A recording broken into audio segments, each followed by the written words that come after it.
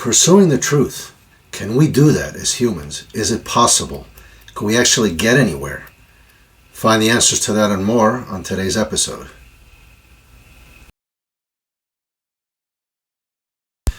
Hello and welcome back to the podcast. This is episode 3. We're going to call it Bullshit Repellent Part 2. So last week we talked about how to avoid basically all the BS in the world out there.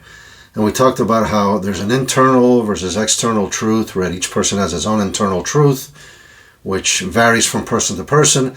But then there's an external truth that we all share. And this is what actually unites all of us. And how they've attacked that, and they've told us that there is no truth, and therefore there's no way for us to unify. So now we're all polarized, right? So today we're going to focus on that part only. We're going to talk about what does it mean to pursue the truth? How can you do it successfully? And how to not kind of stray away from it. So this episode is going to be broken up into 2 parts. The first part, we're going to talk about the actual pursuit itself. What does that look like? And the second part is going to be, we're going to talk about how not to get distracted. And this is actually very important because, as you will come to see, life is full of distractions, and some of them are put there on purpose to kind of derail us from going in a certain path. So, that being said, let's get with it. Let's get on it. So, pursuit of the truth. The first thing to know about pursuing the truth is that almost nobody does it, right? The world is full of lies. It's full of marketing. It's full of different interests and agendas. And everybody typically has their own agenda, and that's what they're pushing. And so you don't find the truth anywhere. It's very hard to find the truth. And so when you start to pursue the truth, that actually makes you different from most people. So you're going to realize real soon that you're not going to have a lot of help in pursuing the truth. So you're going to have to rely on yourself and on your own wits. But this is good because it's going to help you to develop yourself mentally and to kind of get away from all the traps that most people fall into. So why don't people care about the truth, by the way? What's the problem here? Well, human beings were unique in that we are kind of stuck between 2 worlds. We're stuck between the animal world and something else, which we call civilization, or you can use the word divine. We're kind of on the way to something more than just being an animal. We're not like animals, for example, who are perfectly happy and satisfied to be in their animal world. And, you know, a cow is really happy being a cow. You don't see a lot of cows trying to become something else. Yet humans were very unsatisfied with who we are, and we're always trying to look to become something better, which is interesting because other things in the world are not like that. So why are we like that? Well, the reason I think is because we're actually transitioning from, as a species, we're transitioning from the world of the animal kingdom to something more advanced, more civilized, perhaps even more divine. So why don't people care about the truth? Well, most people are still stuck in the animal kingdom. So if you look at the animal kingdom, people are worried about themselves. They're worried about their agenda, their business, making money, getting things, basically taking from the environment and giving to themselves because they need it, right? When you're in the animal kingdom, you're worried about your survival. You're worried about, am I going to get what I need? Am I going to be able to provide for my family? And so most people are stuck in that mode. Even if you talk about leaders, world leaders, national leaders and all that, or political parties, or news media outlets, they're worried about staying in power. And so they project an agenda. They're not telling you the truth. They're telling you what they want you to think so that it benefits them. So this is the reason why you're not going to find a lot of people talking about the truth.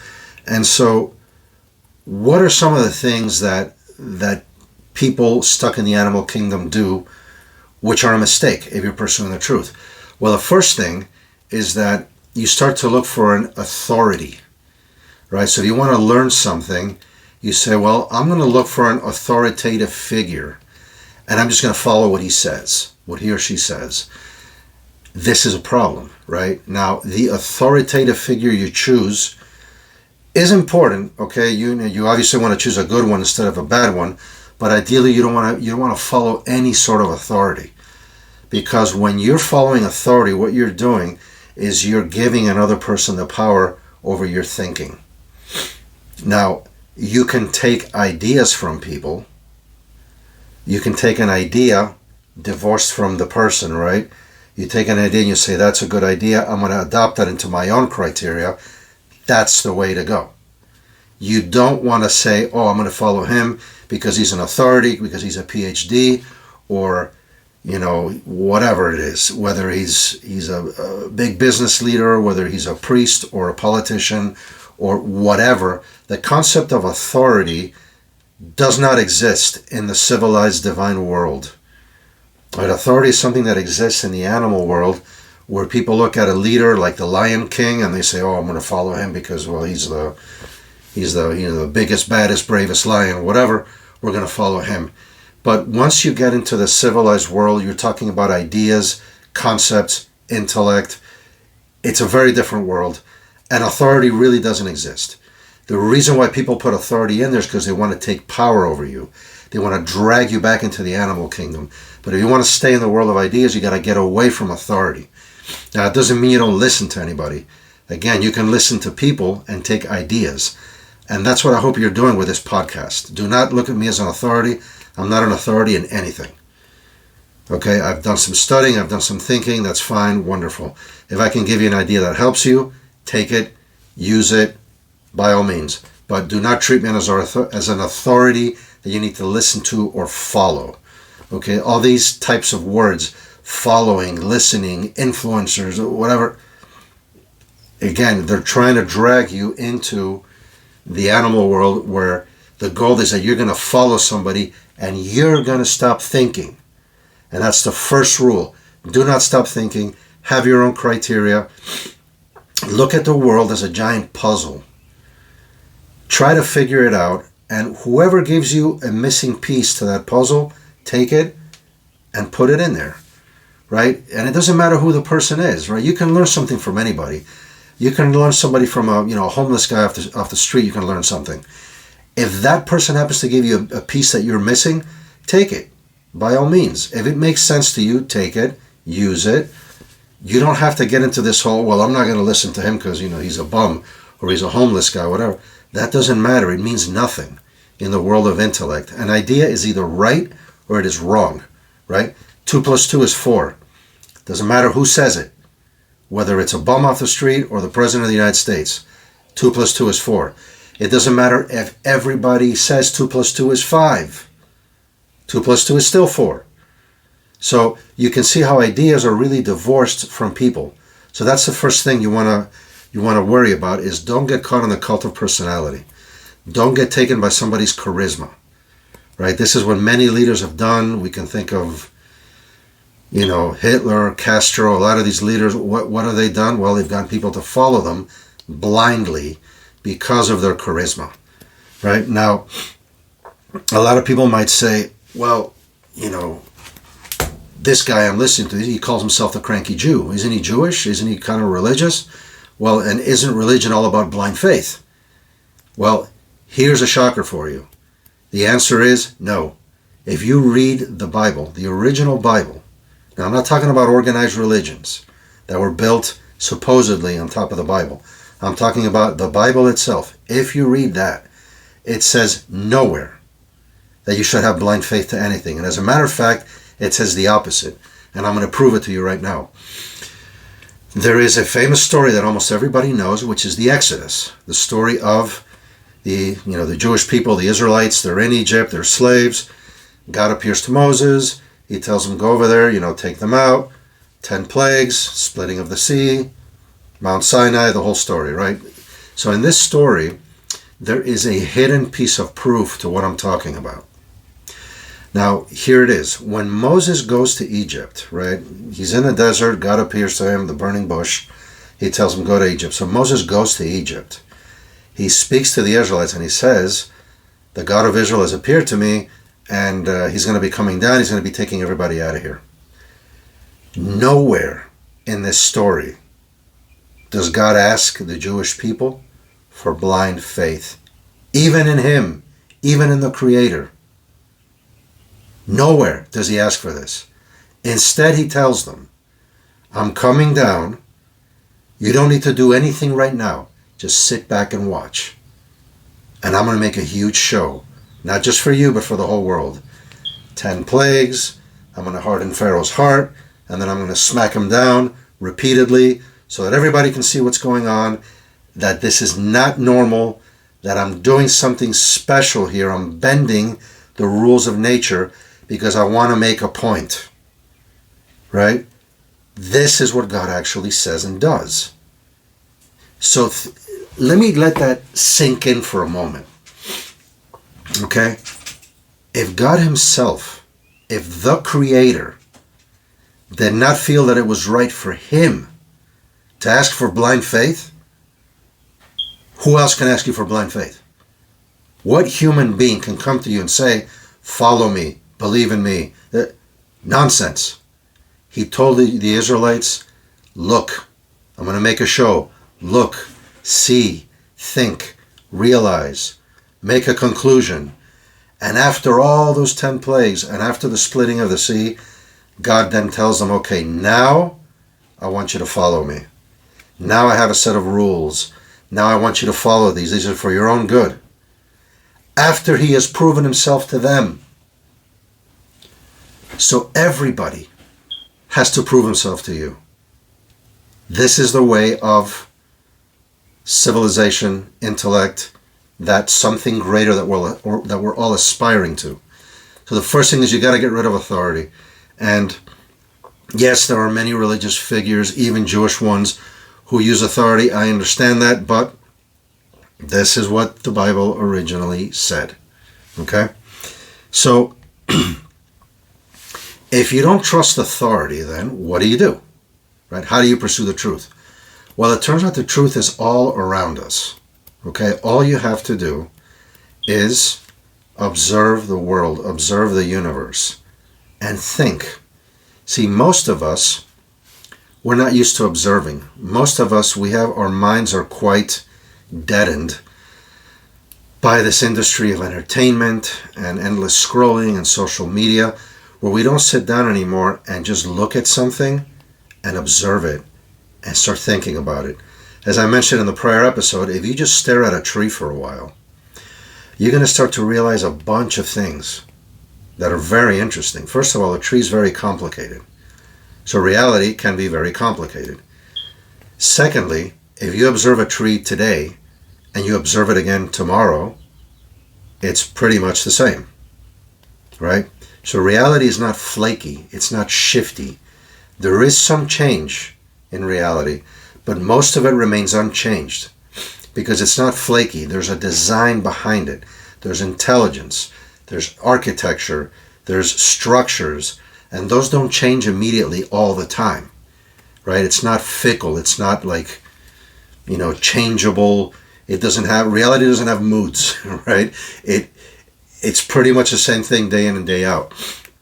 So you start to learn these things about reality and about truth, and you see how when God created a tree, he really considered millions of things. You have a structure.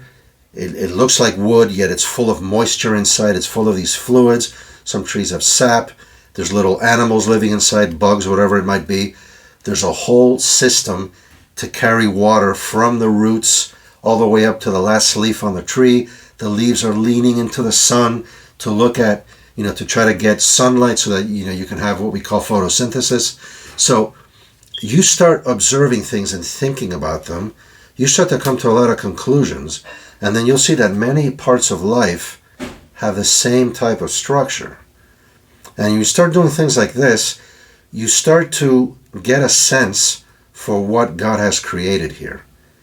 Most of the biggest lessons we take for granted only because we're not used to looking. We are basically covering our own eyes instead of just looking at the world.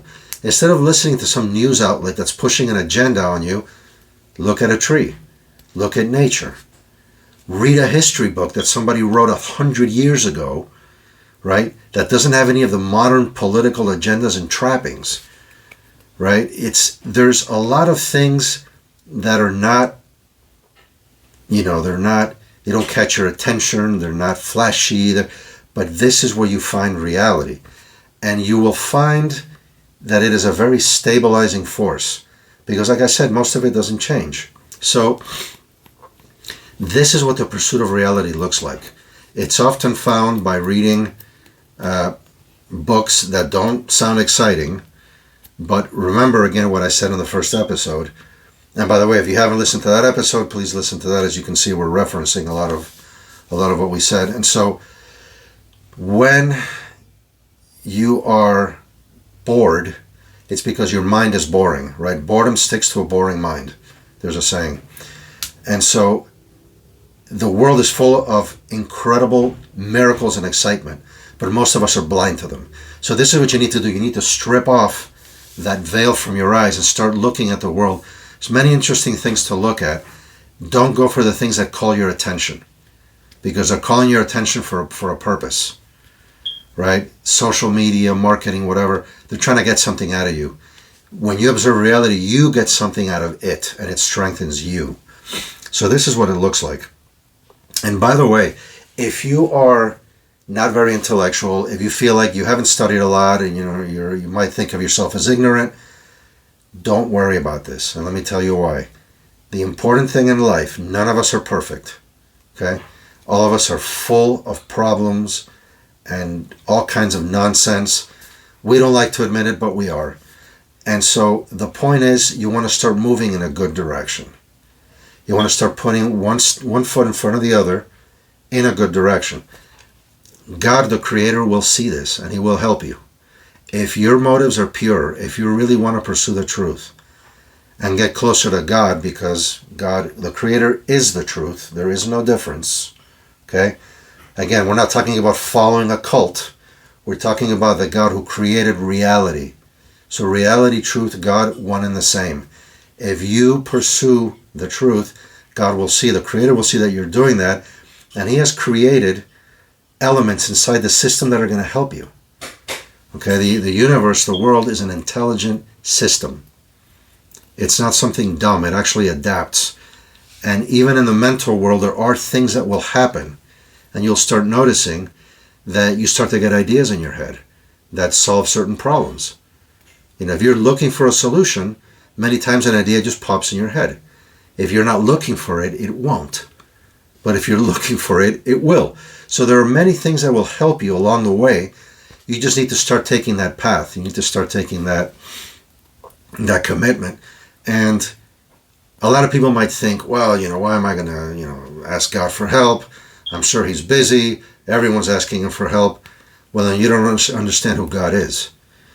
God is not a human being. Human beings, we only have two eyes, right?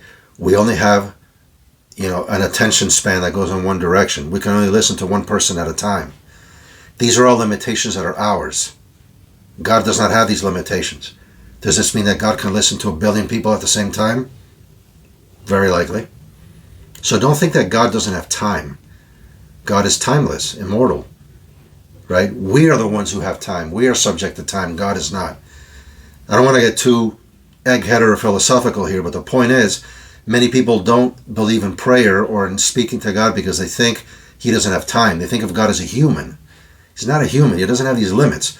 So He does listen to you. He will listen, and He has created a system to help you.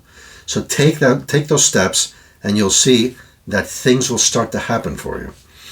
So the last thing I'm going to say about, again, we're on the first point here. We're talking about how to pursue the truth and what the pursuit looks like. The last thing I'm going to say is that sensing truth is like a muscle, right? When you take a muscle and you'd never exercise it and it atrophies, then it hurts even to move. But once you start exercising it, it gets stronger. It gets used to movement. Eventually, you start to enjoy the exercise and you feel bad when you don't do it. Same thing happens with truth. At the beginning, it's very hard. You're confused. Everybody's saying something. You don't know who to believe. So again, you start small, start slow. Take your time. This is a lifelong journey. 2 + 2 is 4. That's a truth. Start with that. Go from there. Observe the world. Get more little bits of truth. Start to use your mind to compare them. Start to get a bigger picture of things. Politicians lie. That's another truth, right? You just start looking for the truth everywhere you go. And as you do this, your mind gets used to looking for the truth, not to following somebody. And when you do that, your mind gets better at this. And then eventually you'll get to the point where you're not going to tolerate nonsense. You're not going to tolerate lies. You're going to just go for the truth, and all the other stuff you're going to ignore. And of course, that's where you want to get to. So that's the first point I wanted to talk about, right? Which is how to pursue the truth and what that pursuit looks like. And remember, by the way, one last thing, you're never actually going to get to the truth. It's like perfection, right? People pursue perfection, they never actually get to the perfection. You might get to certain moments where you had a certain level of perfection that was outstanding, like what you see with an Olympic athlete when he breaks a world record, right? For that moment, that was his moment in the sun. He peaked, he shined, but that's not life. He comes back down, right? He doesn't have perfection all the time. That's kind of what it's like. You're going to run into truths here and there. They're going to illuminate your life. They're going to make it better. But you're never going to get to the point where you have the truth. And if you're becoming arrogant and thinking that you have the truth and you can start clobbering over other people over the head with it because you think you're better, you've gone down the wrong path and you're not heading to the truth. You're following something else, which we're going to talk about next, distractions. So following the truth makes you very, very humble because you realize how small you are and how defective you are and how many bad things you do and how many things you get wrong. And frankly, it's embarrassing. But that's a good thing because you put yourself in your place, right? And that's what humility really is recognizing your place in the world, which is, for all of us, it's quite small.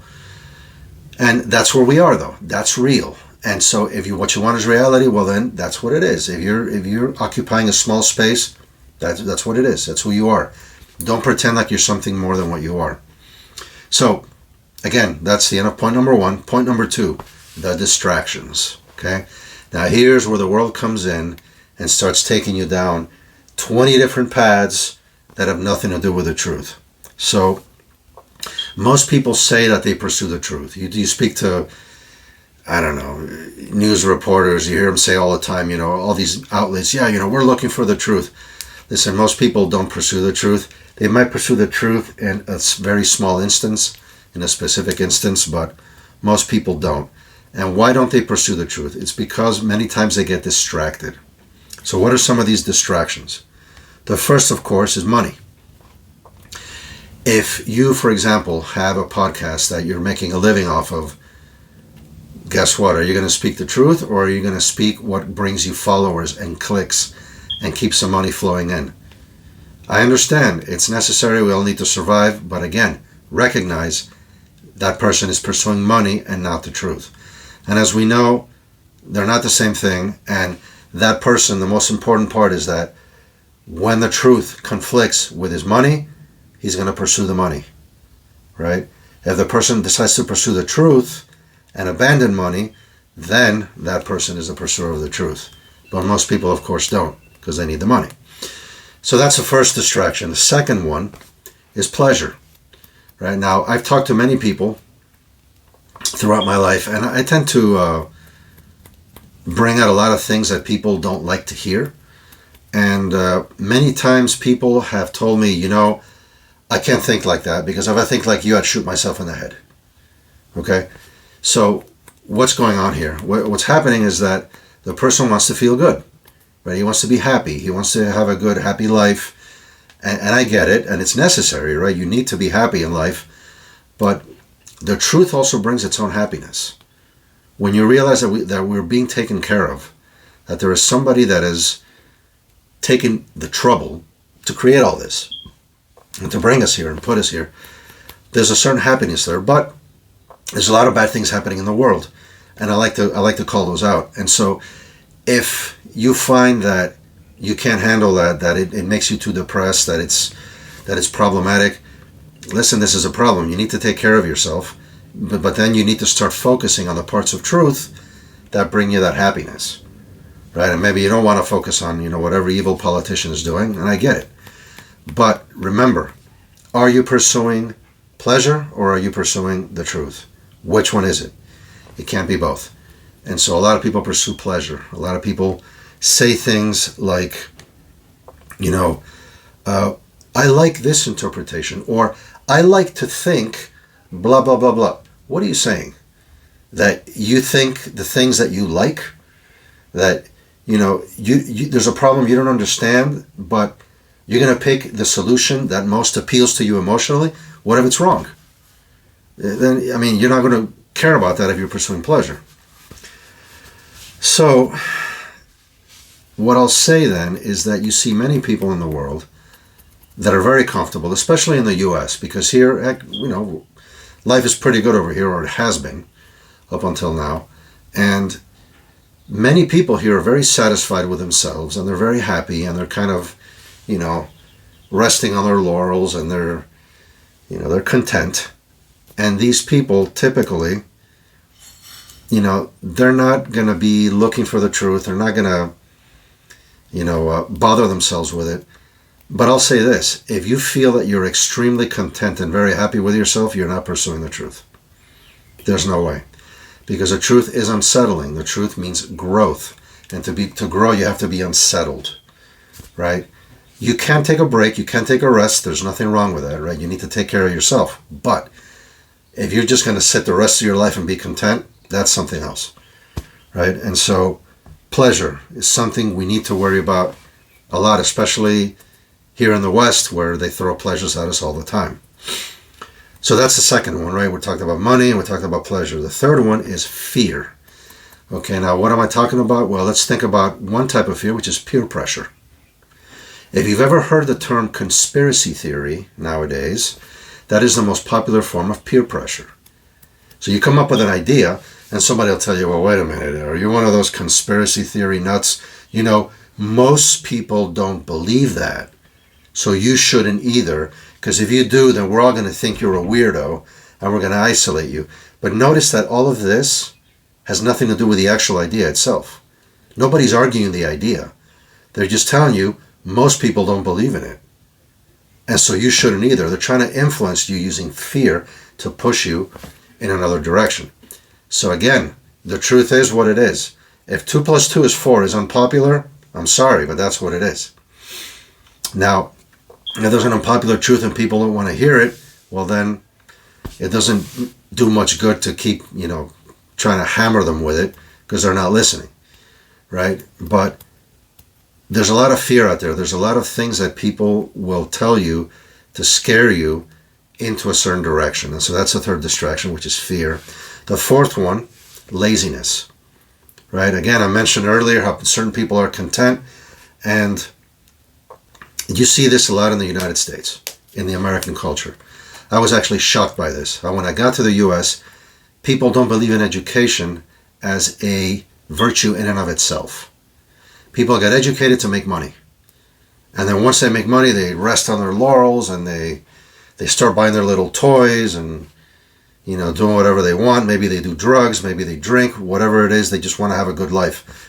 They don't believe in education as a lifelong pursuit of growth, in pursuit of the truth. And so this is something that's very missing in our culture. And we need to make a habit of studying anything. You start with whatever you like. If you're not used to studying, it's hard. So you start with something you like. That makes it a little bit easier. But it should be a good topic, something that has a certain truth.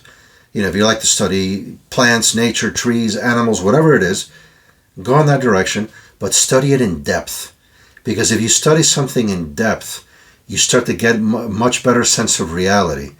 And really, if you study anything in depth, you get a lot of the same concepts no matter what you study. So don't feel like you have to learn everything. You can go into one area and sort of delve deep, and you're going to see that it's actually very interesting, and you're going to learn a lot of interesting things. But if you're lazy, again, this is a problem, so you need to be on guard for that. Now, what's another huge one? Another huge distraction, number 5, is ego. Right, so we see this in American culture all the time. I have a right to my opinion. This is a free country. I can say whatever the hell I want.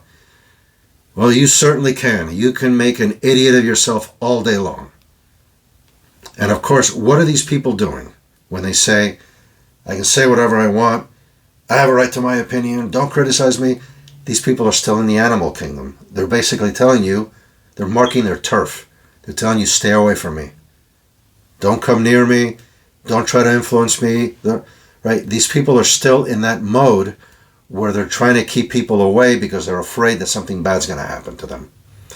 Right? So if you're truly in the world of the intellectuals, you're not going to say something like this. Because, yeah, you have your opinion, but your opinion could be stupid. It could be ignorant, uninformed. It could be nonsense. And many people's opinions are. And so, who cares about your opinion? Right? Go look for the truth. Look for God's opinion, so to speak, right? Look at what he did. And you're going to get a lot more out of it. So, realize, if you have a problem with your ego, and most of us do, myself included, okay, if you have a problem with ego, what do? Right? How can you fight it? Well, you can start by realizing how small we are, that we don't know how we got here in this life. We don't know who brought us here. We don't know where we're going, after this life. We have no idea. We're all going to die. None of us want to die, yet we're all going to die. We're all being forced down this path. So what kind of an ego are you going to have? What are you going to think? You're a master of the universe if you can't even avoid your own death? If you don't even know how you got here? We don't know anything. Right? We're floating in a sea of uncertainty. So that's one thing. And the other thing is, if you happen to have talents, if you're a good speaker or if you're really strong physically or whatever, these talents were given to you. You didn't earn these. You didn't go and get them. They were given to you. And so you might be smart. I've seen a lot of people that are smart and they have a big ego because they're smart, because they're smarter than others. That's really what it comes down to. They look at others and they laugh at them and they say, oh, well, I'm smarter than them. Well, you know what? That was given to you. Okay, now you got to ask, for what purpose was it given to you? And I can bet you that the Creator didn't want you to laugh at others, because he gave those other people a different talent. Because the reality is, in this world, we're all a huge team. Everybody in this world. Or we wouldn't be here. We all have different talents. So you might be smart. Fine. Go do something with your talent. That's the right way to focus this. You have a great talent. You're really smart. Great. Go find a problem that nobody's figured out. Figure it out. That's your contribution.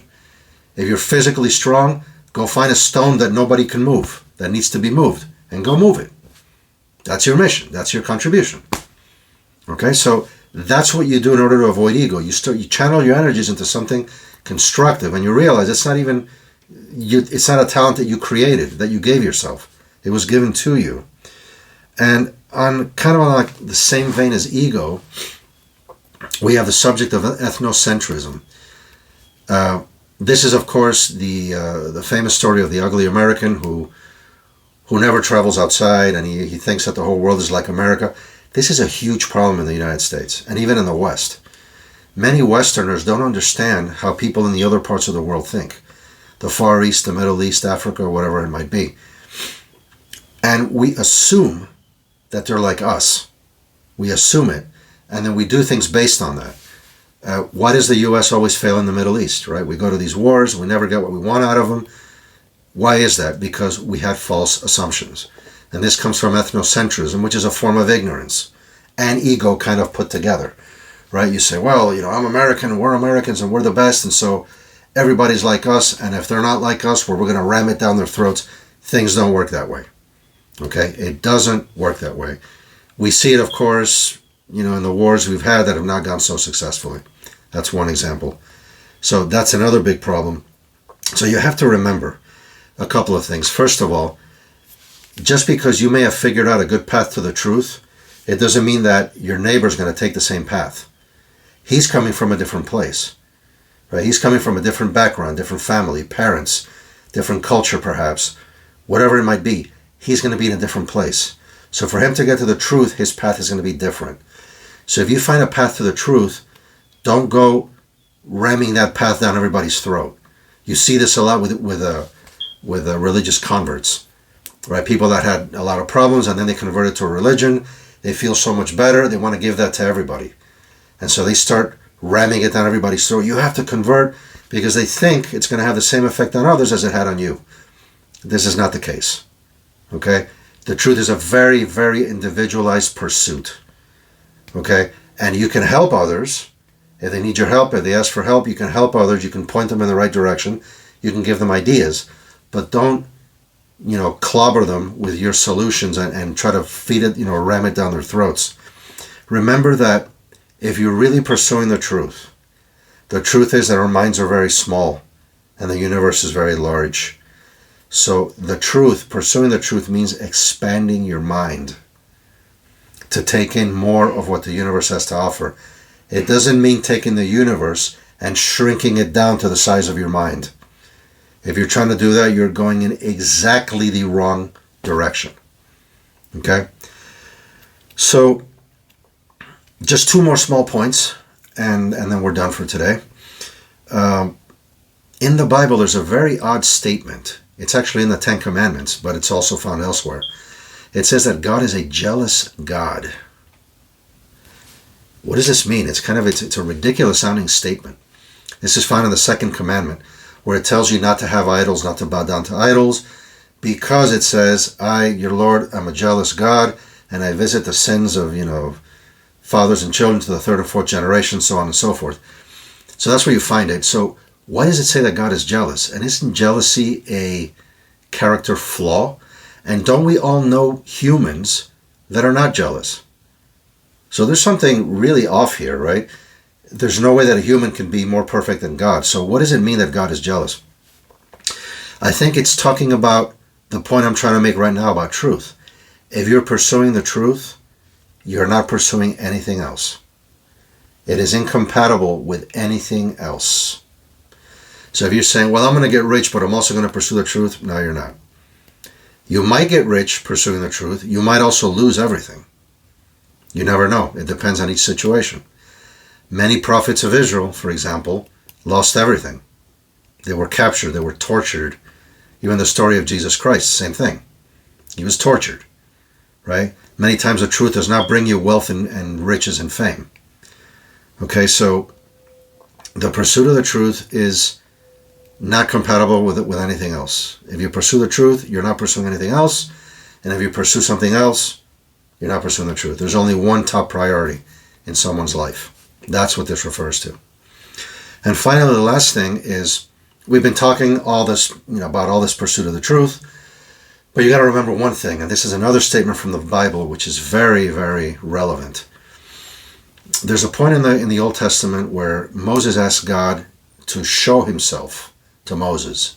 He says, I want to see you. I want to see your glory. And so it's, Moses has to go into like this crag of the rock, and God covers him, and he says, I'm going to cover you with my hand, and I'm going to pass in front of you. And you cannot see my face, but after I pass, I will take my hand away, and you can see my back. Right? But my face cannot be seen.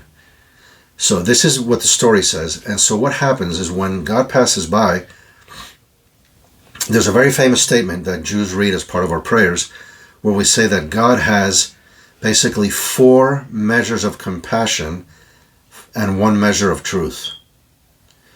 So too much truth is unhealthy for us. We cannot live with the truth.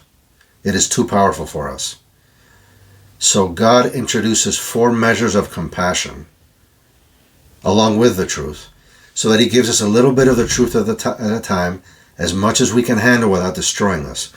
It's similar to when you have a baby or a young child who's entering kindergarten. You're not going to teach him college algebra, even though college algebra is true, or geometry or whatever, right? But he can't handle it. So you're going to teach him little things, ABCs, 1, 2, 3s, right?